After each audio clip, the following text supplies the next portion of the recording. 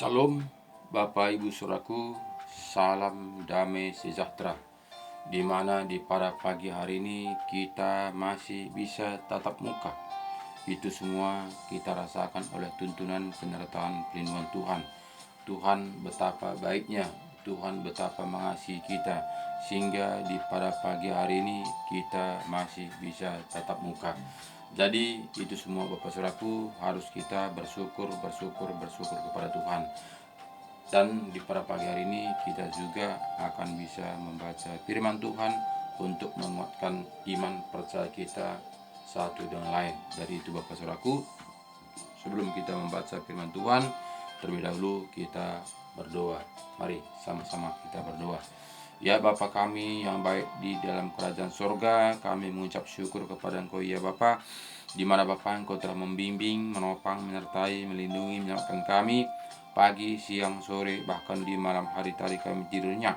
Dan di pada pagi ini Engkau telah banguni kami dengan sehat walafiat. Itu semua Tuhan Yesus kami rasakan oleh tuntunan penyertaan pelindungan-Mu. Kami hanya bisa mengucap syukur atas semua kebaikan-Mu Tuhan, di mana Bapa Engkau telah membanguni kami dengan sehat walafiat, masih bisa kami untuk buat renungan pagi di pada pagi hari ini. Tuhan Yesus yang baik, teramat baik.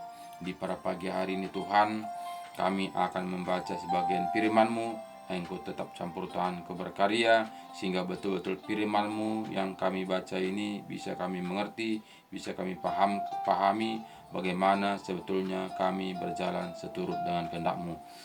Kami tahu Tuhan Yesus, kami ini tidak ada apa-apanya Tuhan Yesus. Seringkali kami menjengkelkan Tuhan, seringkali kami berbuat dosa, seringkali kami jatuh tergelincir Tuhan. Tapi kami percaya ya Bapa, Engkau tetap menopang kami, menuntun kami, menyertai kami, memenuhi nuntun Roh-Mu, sehingga betul-betul Bapa kami bisa berjalan seturut dengan kehendak-Mu. Terima kasih Bapa, terima kasih, syukur Bapa Engkau begitu baik. Baik juga Bapa saat ini di mana saja keluarga saya, Bapak Ibu Saudaraku di mana saja berada saat ini, Engkau tetap campur tangan apabila dia sakit Tuhan. Engkau ulurkan tangan-Mu Tuhan, menopang dia, mengangkat semua penyakitnya, sehingga betul-betul dia merasakan zaman, merasakan kuasa mujizat-Mu. Apabila dia Bapa ada masalah pergumulan hidup Tuhan Yesus, saya percaya Bapa Engkau berikan kelegaan Tuhan, Engkau berikan kemampuan, sehingga betul-betul dia mampu untuk menjalankan sesuai dengan kehendak-Mu. Tetap bersyukur kepada Engkau saja, apapun Engkau berikan pada dia Tuhan Yesus, itu semua seizin Engkau Tuhan. Terima kasih Bapa, terima kasih, syukur Bapa, haleluya Tuhan. Dalam nama Yesus kami berdoa dan bersyukur, haleluya, haleluya, amin. Salam Bapak Ibu Saudaraku di mana saja berada di pada pagi hari ini. Terima kasih masih kita bisa tatap muka untuk merenungkan firman Tuhan untuk bekal hidup kita, di mana kita akan menjalani kehidupan ini untuk masa depan kita, yaitu menuju hidup yang kekal. Jadi itu Bapak Saudaraku, harus kita kembali kepada firman kebenaran, karena tanpa firman kebenaran kita tidak akan tahu kemana arah tujuan kita. Tapi jika kita kembali kepada firman kebenaran, tentu Tuhan Yesus sudah memperjelaskan, sudah menunjukkan, sudah menuntun kita oleh tuntunan Roh Kudus untuk menjalankan seturut dengan kehendak Tuhan. Jadi Bapak Saudaraku, kita akan membaca di mana surat Paulus di mana 2 Korintus 12 ayat 1 mulai. Judulnya Paulus menerima penglihatan dan penyataan.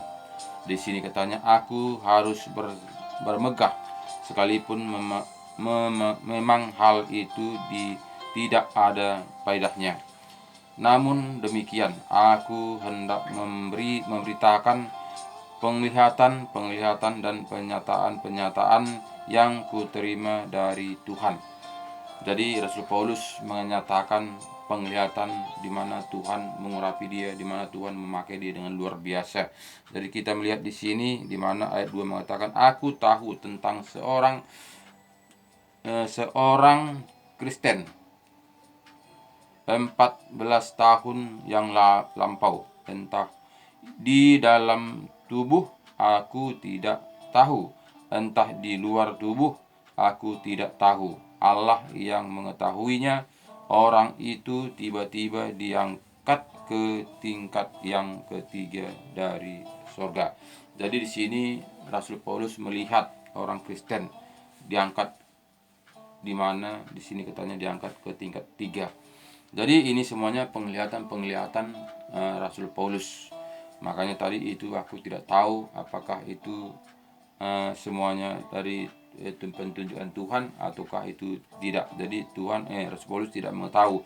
Jadi jelas ini tadi katanya kepada kita, aku tahu tentang seorang Kristen 14 tahun yang lampau, entah di dalam tubuh aku tidak tahu, entah di luar tubuh aku tidak tahu, Allah yang mengetahuinya. Orang itu tiba-tiba diangkat ke tingkat yang ketiga dari surga. Jadi sini katanya tadi, apakah itu mimpi, apakah itu kenyataan, Rasul Paulus tidak menyadarinya. Jadi ayat 3 mengatakan kepada kita, aku juga tahu tentang orang itu, entah dia dalam tubuh, entah dia luar tubuh, aku tidak tahu, Allah yang mengetahuinya. Ia tiba-tiba diangkat ke Firdaus, dan ia mendengar kata-kata yang tak terkatakan, yang tidak boleh diucapkan manusia. Jadi sini kita melihat tadi, entah itu juga penglihatan, entah itu juga dalam tubuh atau di luar tubuh. Jadi para Rasul Paulus ini melihat bagaimana karunia-karunia yang diberikan Tuhan kepada Rasul Paulus. Jadi semuanya itu Bapak Saudaraku, jika kita melakukan firman taat dan setia, tentu kita juga diberi karunia-karunia sebagai tanda sebagai miliknya. Jadi kita ini semua anak-anak Tuhan diberi tanda seturut dengan ciri-ciri yang diberikan Tuhan kepada kita.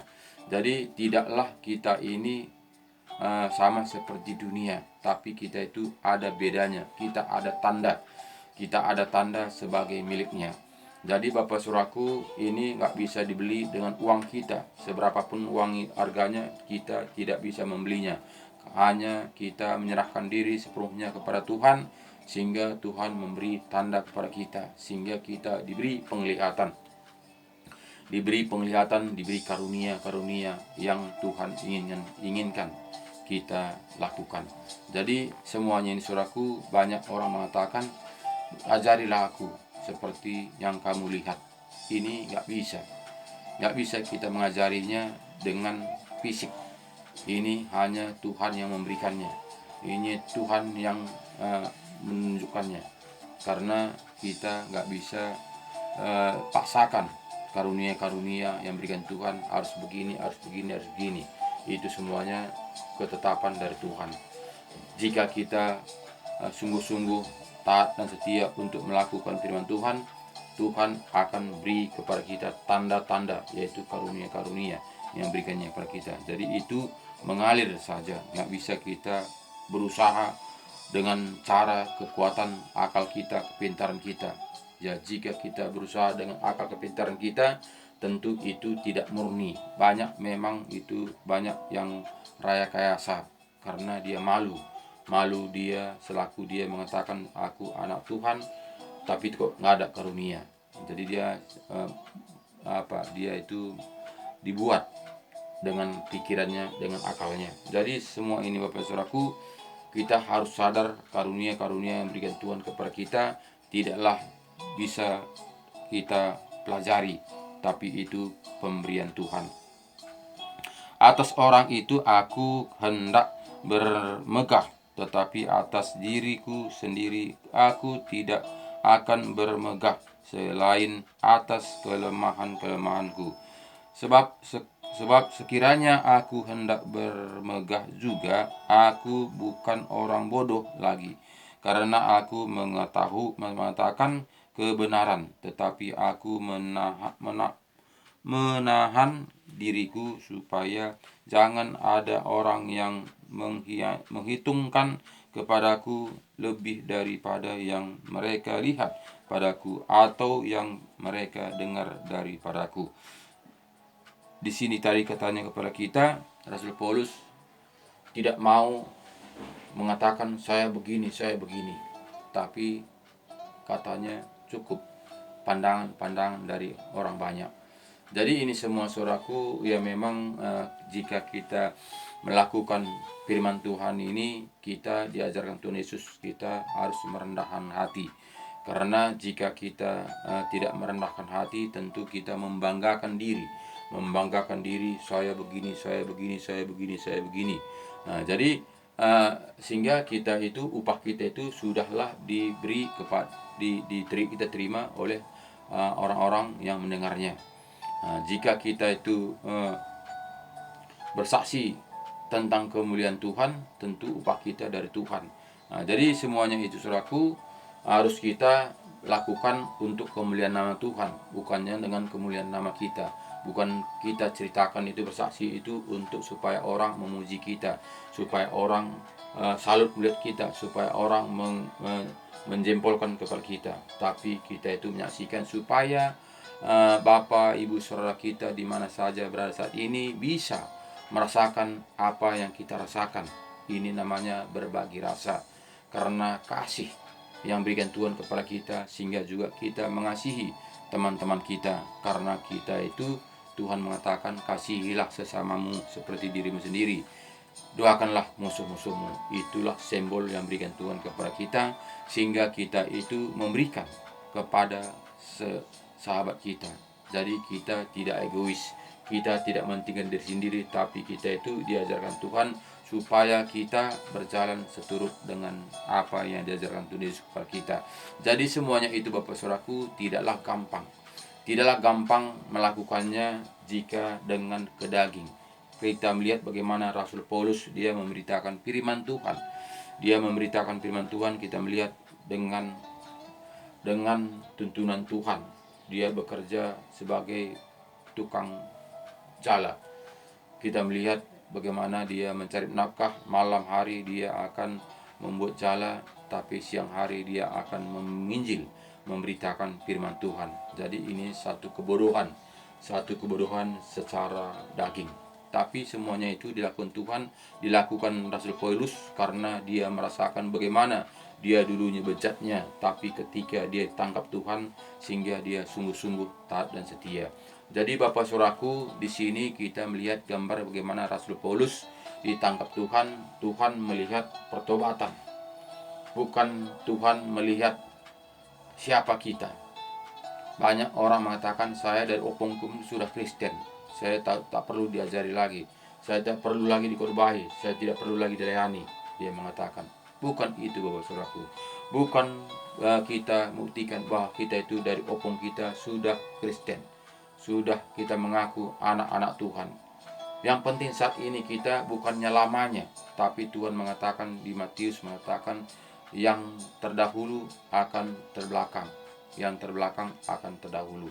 Itu firman Tuhan mengatakan. Kenapa Tuhan mengatakan seperti itu? Karena yang penting ini pelakuan kita. Yang penting kita praktek kita. Bukan kita lamanya orang Kristen, bukan. Tapi kita ini apakah kita memang sungguh-sungguh sudah menjalankan seturut dengan kehendak Tuhan? Apakah kita sudah berbalik hitam menjadi putih?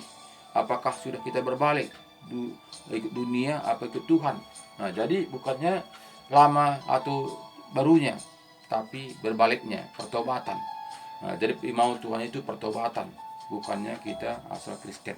Jadi tidaklah seperti ajaran-ajaran manusia, asal percaya saja kamu akan selamat. Nah, jadi jika kita mengatakan asal percaya saja kita selamat, ya tentu tidak ada pertobatan. Kenapa? Karena kita percaya Tuhan itu juru selamat, sehingga apapun kita lakukan di dunia ini, kita percaya kita akan selamat, sehingga tidak pertobatan. Dulunya dia pemabuk, akan tetap dia pemabuk. Karena apa? Karena dia tidak ada pertobatan. Dulunya dia menjudi, sekarang juga masih tetap menjudi karena tidak ada pertobatan. Dulunya dia tukang perampok, sekarang juga masih tukang perampok. Jadi tidak ada pertobatan. Tuhan mau itu berbalik. Itu mau Tuhan berbalik, datang kepada Tuhan Yesus, sama seperti Rasul Paulus. Dulunya dia pembunuh orang Kristen, tapi dia berbalik sehingga dia melakukan seturut dengan kehendak Tuhan, taat dan setia. Itu mau Tuhan. Jadi bukannya kita lamanya orang menjadi orang Kristen. Lama pun kita, jika kita tidak bertobat, masih dipertanyakan. Makanya banyak saat ini kita melihat banyak orang Kristen tapi tidak ada buahnya. Tidak ada bahwa dia membuktikan bahwa itu menjadi anak-anak Tuhan. Tidak ada membuktikan dia ciri-ciri itu selaku dia itu menjadi pengikut Kristus. Karena apa? Karena masih sama seperti dunia ini. Jadi Bapak Saudaraku, Tuhan itu mau kita itu berubah. Tidak sama seperti dunia ini, tapi kita itu berbalik kepada karakter Tuhan Yesus, di mana Tuhan Yesus sudah memberi contoh kepada kita tahun 2000 lalu untuk kita ikuti. Jadi ini semua saudaraku tidak bisa dengan usaha kita, tidak bisa dengan akal kita, tidak bisa dengan pikiran kita, tidak bisa kita mengubahkan seseorang. Hanya Tuhanlah yang bisa mengubahkan kita. Dari itu Bapak Saudaraku, marilah kita buka hati kita baca firman Tuhan dengan taat dan setia, lakukan, praktekkan, Tuhan akan berkarya. Tuhan akan melihat apa yang kita lakukan, sehingga Tuhan akan menuntun kita, memenuhi kita dengan tuntun rohnya, yaitulah Roh Kudus, dimateraikan dengan roh kita ini. Itulah yang akan menyertai kita sepanjang kehidupan kita, sama seperti Rasul Paulus, sehingga ada kuasa, sehingga ada mukjizat yang diterimanya, sehingga dia berapi-api untuk memberitakan firman Tuhan supaya banyak jiwa-jiwa selamat. Jadi Rasul Paulus tidak egois, bahkan kita melihat bagaimana dia mencari makan hanya malam hari, tapi siang hari dia menjangkau jiwa-jiwa supaya banyak jiwa-jiwa diselamatkan. Jadi Bapak Saudaraku, ayat seterusnya, ayat 8 mengatakan, tentang hal itu aku sudah 3 kali berseru kepada Tuhan supaya utusan iblis itu mundur daripadaku. Tetapi jawab Tuhan kepadaku, cukuplah kasih karuniaku bagimu, sebab justru dalam kelemahanlah kuasaku menjadi sempurna. Sebab itu terlebih suka aku bermegah atas kelemahanku, supaya kuasa Kristus turun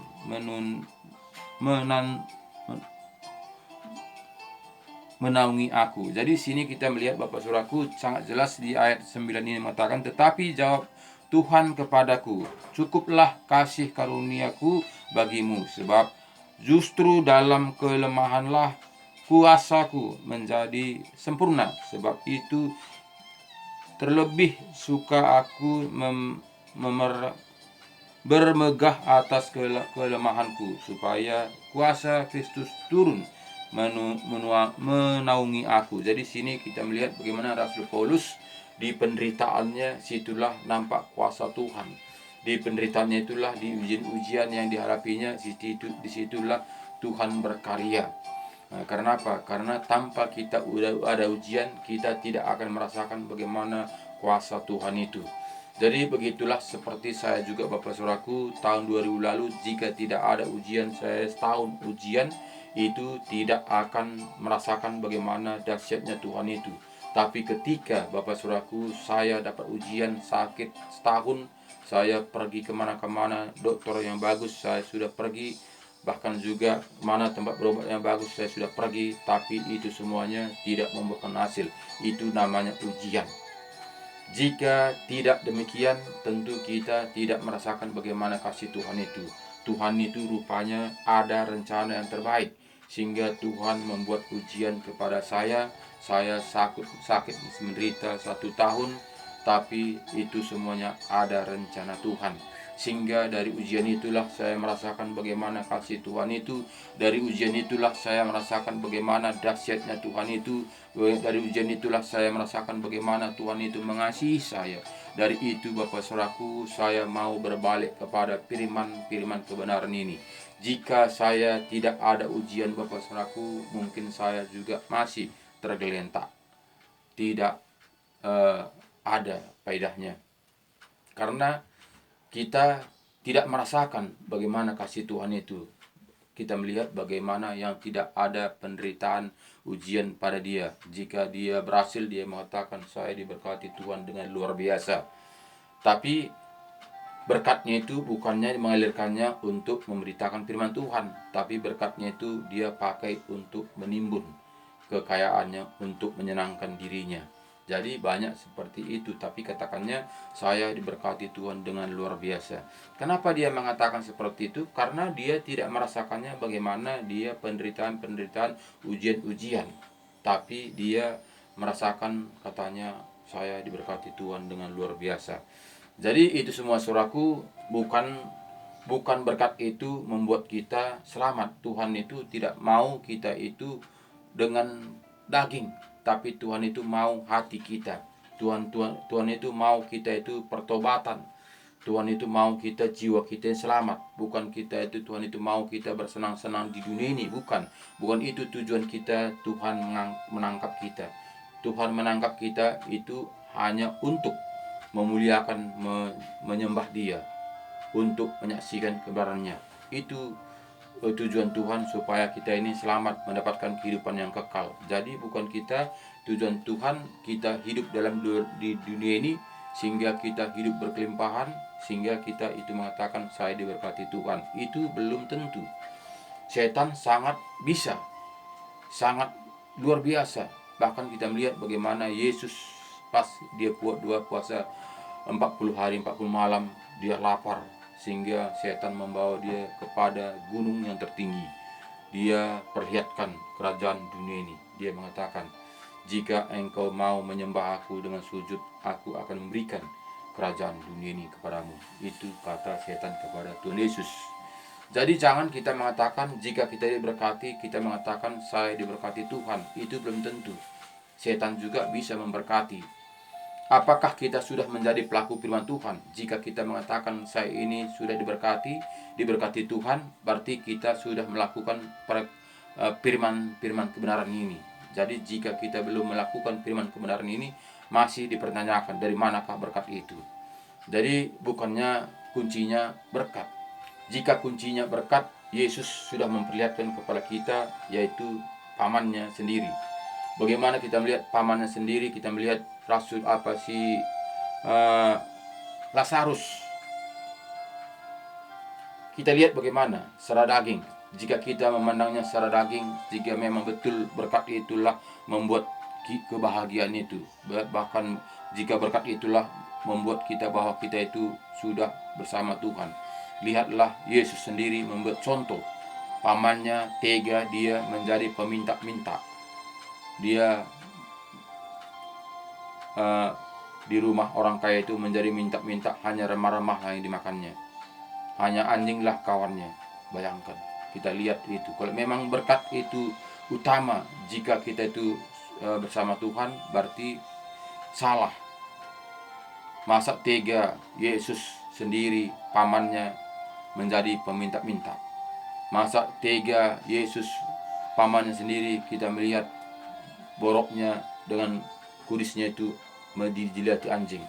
Itu tidaklah dengan logika. Itulah tidak mungkin jika berkat itu yang kita kejar. Tapi Tuhan itu mau kita itu bukanlah berkat-berkat dunia ini, tapi mau Tuhan itu pertobatan mendapatkan kehidupan yang kekal. Itu mau Tuhan. Walaupun kita mendapatkan berkat berkelimpahan, tapi kita binasa sama seperti orang kaya itu, bagaimana artinya? Apakah artinya itu? Apakah kita bisa beli nyawa kita ini? Tentu tidak. Seberapapun harganya, kita tidak bisa beli nyawa kita. Kita melihat orang-orang kaya. Orang kaya di dunia ini, kita melihat yang terkaya, ternyata nggak bisa dia beli nyawa. Seberapapun hartanya itu, dia tidak bisa membelinya. Jadi Bapak Saudaraku, kita hidup ini di dalam Tuhan ini, kuncinya bukanlah tentang berkat. Nah, jadi jangan kita itu digurukan oleh perkataan manusia. Jika kamu beribadah, kamu akan diberkati berkelimpahan. Jangan kita itu tujuan kita. Kita beribadah, datang melakukan firman-firman kebenaran, bukan tujuan kita berkat. Bukan tujuan kita itu seperti berjudi. Jangan kita mengatakan seperti togel. Togel kita kasih 1000, nanti akan diberikannya kepada kita beribu-ribu. Nah, tidak salah seperti itu Bapak Saudaraku. Tapi kita itu melakukannya dengan iman, melakukannya dengan peraturan, dengan melakukannya dengan apa tertulis di dalam Alkitab. Jadi kita lakukan itu karena Tuhan mengatakan, jangan karena manusia mengatakan. Jadi Bapak Saudaraku, marilah kita kembali kepada kepada Alkitab supaya kita mengerti bagaimana jalan-jalannya Tuhan. Tuhan mengatakan. Jadi semuanya kita lakukan itu karena Tuhan mengatakan, karena firman Tuhan mengatakan.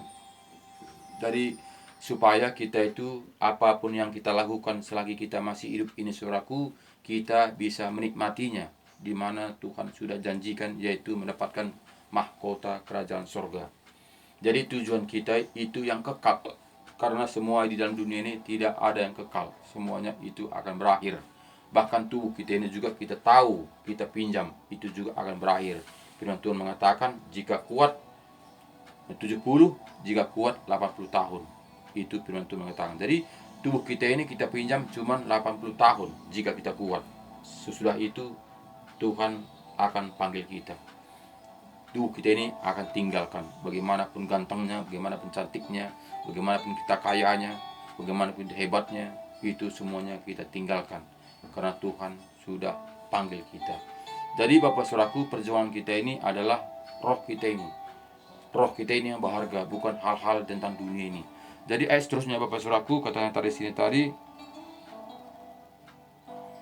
ayat 9, tetapi jawab Tuhan kepadaku, cukuplah kasih karuniaku bagimu, sebab justru dalam kelemahanlah kuasaku menjadi sempurna. Sebab itu terlebih suka aku bermegah atas kelemahanku, supaya kuasa Kristus turun menanggung aku,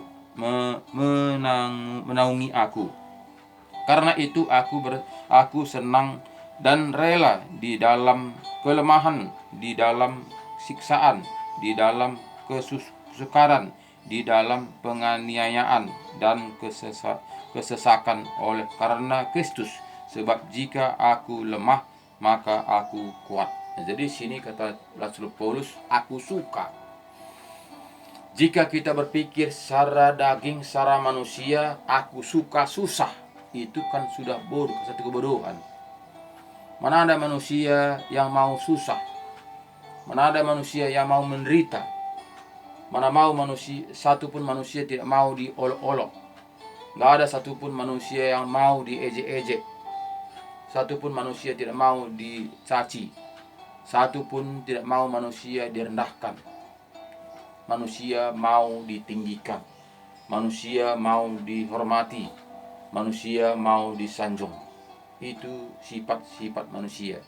Tapi Tuhan memperlihatkan kepada kita bagaimana juga tadi sini Rasul Paulus bersaksi, di mana dia sudah menerima kuasa Tuhan ketika ada perubahan dalam hidupnya, di mana dia ditangkap Tuhan dengan luar biasa, pembunuh orang Kristen menjadi penginjil orang Kristen. Jadi ini satu perubahan dengan luar biasa.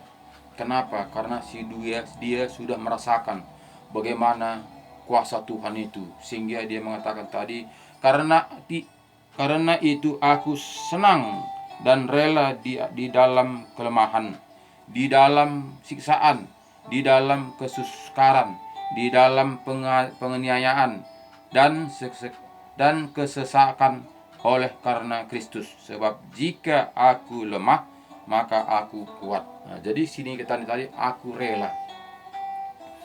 Aku rela. Jadi memang Bapak Saudaraku, jika kita berjalan untuk melakukan firman-firman kebenaran ini, satu kebodohan bagi manusia. Karena sangatlah tolak belakang hitam menjadi putih. Jadi sangatlah tolak belakang. Jadi kehendak kita ini harus berbeda. Dulunya kehendak daging kita, sekarang kehendak Tuhan. Dulunya membela daging kita, sekarang membela Tuhan, menanggalkan kedagingan kita. Jadi sangatlah tolak belakang. Manusia rata-rata membela dagingnya, membela tubuhnya, memperhatikan tubuhnya, di mana kita melihat manusia saat ini dia sakit akan segala cara, dia upaya supaya tubuhnya selamat. Bahkan dia ke Penang, seberapapun uangnya dia akan lakukan. Bahkan ke dukun, bahkan kemana-mana dia mau rela supaya tubuhnya sehat. Nah, jadi ini sebetulnya Bapak Saudaraku perjuangan daging. Tapi kita melihat di sini bukanlah perjuangan daging. Makanya kita lihat tadi Tuhan Yesus mempertunjukkan si Lazarus. Lazarus bagaimana penderitaannya.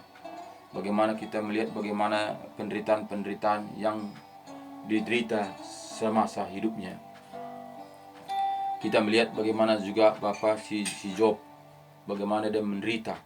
Jadi ini semuanya kita melihat tidaklah dengan daging. Jadi kita menikmatinya dalam kebenaran firman Tuhan. Firman kebenaran ini adalah akan masa depan. Tapi Bapak Saudaraku, jangan khawatir. Walaupun kita bekerja untuk masa depan kita, tapi kita juga akan dipelihara Tuhan. Tuhan akan menuntun kita. Tuhan akan mencukupkan kita. Jadi Tuhan mengatakan cari dulu kerajaan Allah, maka semuanya itu akan ditambahkan kepadamu. Jadi jangan kita khawatir apa yang saya makan besok, apa nanti uang sekolah anak saya besok. Jangan kita khawatir jika kita melakukan firman-firman kebenaran ini. Tuhan punya cara. Tuhan punya cara, segala cara Tuhan bisa perbuat untuk mencukupi kehidupan kita. Jadi semuanya itu Bapak Saudaraku, tinggal kita. Apakah kita mau berjuang untuk dunia ini? Apakah kita mau berjuang untuk kemuliaan nama Tuhan? Tinggal kita. Jika kita mau berjuang untuk kemuliaan Tuhan, tentu kita mendapatkan bagaimana indahnya hidup dalam dunia ini. Kita bisa hidup bahagia beserta istri, anak-anak kita. Jika kita hanya memikirkan hal-hal dunia ini, banyak orang menderita. Banyak orang menderita. Dia memang sudah punya segala-galanya yang ada dalam dunia ini, tapi banyak penderitaan yang dialaminya. Dia tidak bahagia, dia tidak senang. Kenapa? Karena banyak tantangan yang dihadapinya. Dihadapinya adalah pergumulan, suaminya nyeleweng, bahkan juga istrinya juga nyeleweng, bahkan juga anaknya juga narkoba, baju anaknya juga tidak bisa dipimpin. Banyak. Tapi memang dia secara daging wah luar biasa. Dia memang terpilih, dia memang luar biasa kekayaan yang dia dapatkannya. Tapi itu belum tentu mendapatkan kenikmatan, belum tentu dia mendapatkan kebahagiaan hidup dalam dunia ini. Hanya bersama Yesus kita bisa mendapatkan hidup rukun dan bahagia. Bagaimana indahnya hidup ini, kita tetap bersyukur kepada Tuhan. Apapun yang kita alami saat ini, apapun pemberian Tuhan pada kita, kita bisa merasakannya dan bisa menikmatinya dengan bersyukur. Tanpa kita bersama Tuhan Yesus, kita tidak akan bisa bersyukur kepada Tuhan, karena pasti kita akan mengeluh, was-was, cemas, tetap kita resah, seakan-akan kita ini hidup di api neraka. Kenapa? Tidak ada ketenangan, tetap kita merasa cemas. Tidak ada merasa kepuasan, sehingga pergi pesta pora, sehingga pergi ke klub, bisa pergi menyenangkan daging, bahkan pergi mabuk-mabuk untuk menyenangkan daging. Tapi namun itu hanya sekejap. Hanya dalam Yesuslah kita bisa hidup bahagia, merasakan damai sejahtera. Kita bisa menikmati apa yang ada pada kita saat ini. Walaupun mungkin kita dapat satu hari ini 50.000, tapi bisa kita menikmatinya dengan damai sejahtera. Walaupun mungkin kita dapat ini 10 juta satu hari ini, namun tidak dapat bahagia. Untuk apa itu semua? Itu semua harus Bapak Ibu Saudaraku harus kita pikirkan dengan matang-matang selagi kita masih hidup dalam dunia ini. Selagi masih Tuhan memberikan kesempatan buat kita, kemana tujuan hidup kita? Apakah tujuan kita hidup kita ini untuk meraih sebanyak-banyaknya untuk dunia ini untuk kita tinggalkan? Apakah memang kita sungguh-sungguh datang kepada Tuhan, melakukan firman Tuhan ini walaupun mungkin sakit, tapi kita ada mahkota yang kita terima, yaitu kehidupan yang kekal selama-lamanya. Apalah gunanya semuanya walaupun kita memperoleh seluruh dunia ini, tapi jiwa kita binasa, dibakar pakal setiap saat selama-lamanya. Apalah itu artinya? jika kita menikmatinya sekejap aja, selagi kita masih hidup dalam dunia ini, kita bisa mewah-mewah, bersenang-senang. Hanya Tuhan mengatakan 70, jika kuat 80 tahun, kita akan meninggalkan dunia ini. Walaupun mungkin kita dunia ini senang, mewah, berhoga, kita bisa menikmati segala-galanya, tapi sesudah itu kita binasa selama-lamanya. Jadi itu Bapak Saudaraku harus kita pikirkan dari sekarang. Harus kita kembali kepada Alkitab, firman-firman kebenaran ini. Baca, lakukan, taat dan setia. Jadi hanya itu kuncinya. Kita tidak dapatkan dari mana-mana, hanya dari firman. Karena jika kita mengikuti aturan-aturan manusia, tentu kita tidak mendapatkannya. Karena manusia juga manusia lemah, tidak sempurna. Tentu dia cari firman Tuhan ini menguatkan kita supaya kita senang-senang, supaya kita berbahagia, supaya kita bisa menikmati dunia ini. Itu manusia pikirkan, sehingga dia ambilkan ayat-ayat firman Tuhan supaya kita ini merasakan kenikmatan dunia ini. Padahal jika kita bersama Tuhan Yesus, kita harus pikul salib, menanggalkan daging, menanggalkan egois kita, menanggalkan harga diri. Jadi sangatlah bertolak belakang. Jadi Bapak Ibu Saudaraku, di mana saja berada saat ini, marilah kita kembali kepada Alkitab, firman-firman kebenaran, supaya kita ini jangan sia-sia waktu yang berikan Tuhan kepada kita selagi kita masih hidup ini, sehingga kita nanti jika kita meninggal dunia ini, kita bisa berbahagia bersama Tuhan Yesus selama-lamanya. Jadi terima kasih Bapak Saudaraku, karena waktu kita sudah habis. Semangat terus, andalkan Tuhan, jaga kesehatan, karena kesehatan itu sangat-sangat berharga. Karena tanpa kita sehat, kita tidak akan bisa berbuat apa-apa. Jadi tetap kuat, baca firman Tuhan, andalkan, taat dan setia.